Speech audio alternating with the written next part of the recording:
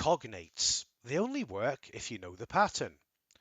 Cognates feel like a shortcut. These are words that mean the same thing in one language and the other language, yeah? They feel like a shortcut until they betray you in public. Because if you don't know the pattern behind them, you're not decoding, you're guessing. And guessing is how you confidently say the wrong thing. So Spanish and English share thousands of Latin-based words, but they follow patterns.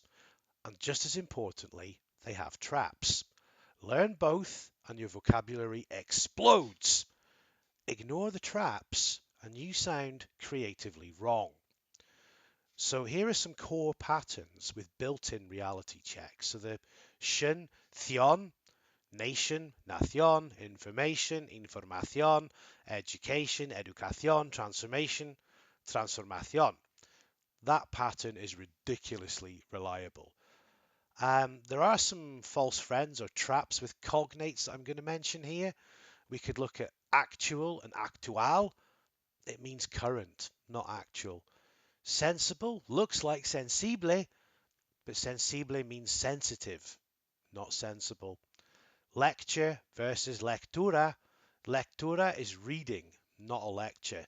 So it's the same Latin roots, but different modern meanings. Language drift, linguistic drift, this is a real thing. Iti, idad.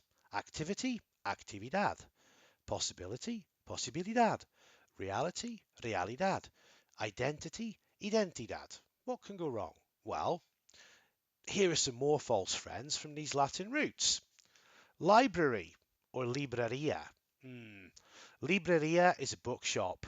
Una biblioteca is a library.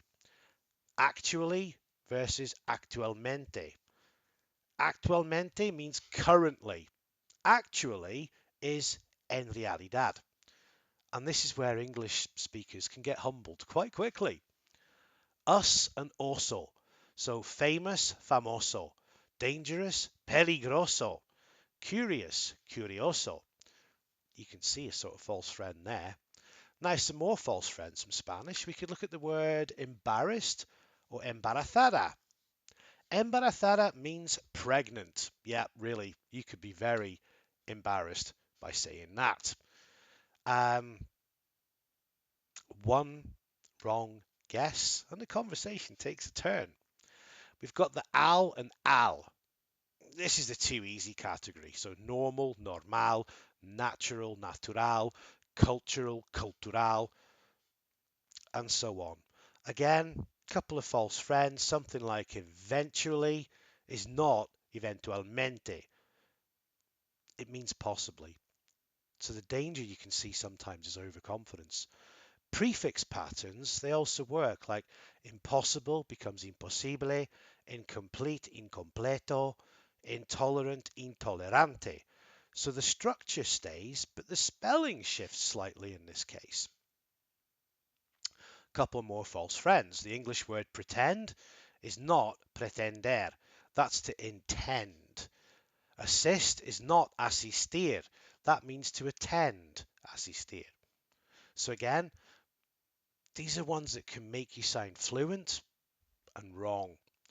There are some verb transformations as well. We can look at IR endings. So reduce, reducir, produce, producir, introduce, introducir. You might think realize would become realizar, but it doesn't. Realizar means to carry out. Exit is not éxito. That's salida. Éxito means success. So again, this is where confidence can quietly sabotage you. So think of this. You've got celebration, celebración, complexity, complejidad, curious, curioso, introduce, introducir. But you'll pause at actually, embarrassed, pretend, and so on. And this pause is intelligence, not hesitation. So don't ask, does this look similar? Ask, does it follow a pattern or is it trying to trick me? Because patterns give you speed. False friends demand control. You need both. Which of these would you trust immediately? Which would you double check? educación, librería, posible, eventualmente. It's the instinct that you're building. So cognates aren't just similarities, they're a system with exceptions. If you learn the system, you unlock thousands of words. If you ignore the exceptions, you'll confidently say something ridiculous sooner or later. So my Lexo-Crack live events, they're built around patterns like this. So to stop you guessing and start seeing how the language works. My books are also like this. So get from B1 to C1, join me.